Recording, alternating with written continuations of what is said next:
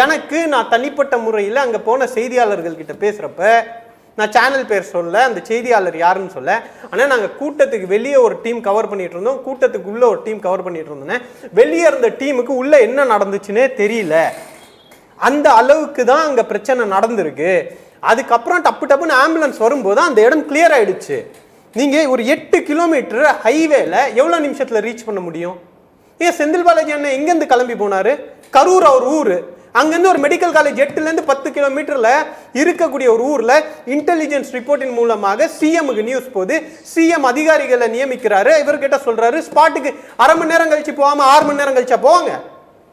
Minister அன்பில் மகேஷன் அரை மணி நேரத்தில் போனாரு. பாருங்க என்ன டைமுக்கு போனாரு. 7:30 மணிக்கு இந்த சம்பவம் நடக்குது.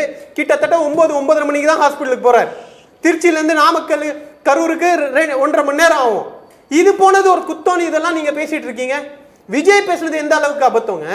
எல்லா ஊருக்கும் போனேன், எங்கேயுமே நடக்கல. இங்க நடக்குதுன்னா நீங்க ரேஷா ஓட்டிக்கிட்டே இருப்பீங்க. நான் ஈசிஆர்ல விழுகல, பிராட்வே கிட்ட விழுகல, ராய்புரத்துல விழுந்தேன், அதனால ராய்புரம்காரங்க செஞ்ச சதின்னு சொல்ற மாதிரி முட்டாள்தனமா இல்ல அந்த வாதம்? நீங்க தொடர்ந்து வயலேட் பண்ணிட்டு இருக்கீங்க.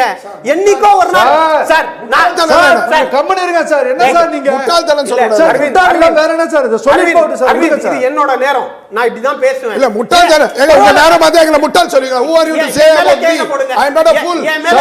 சொல்லலாம் சார். என் மேல கேஸ போடுங்க சார். ஏதாவதுனா டிஃபமேஷன் போடுங்க, நான் பாத்துக்கிறேன். முட்டாள்தனமா விஜய் பேசுவாரு.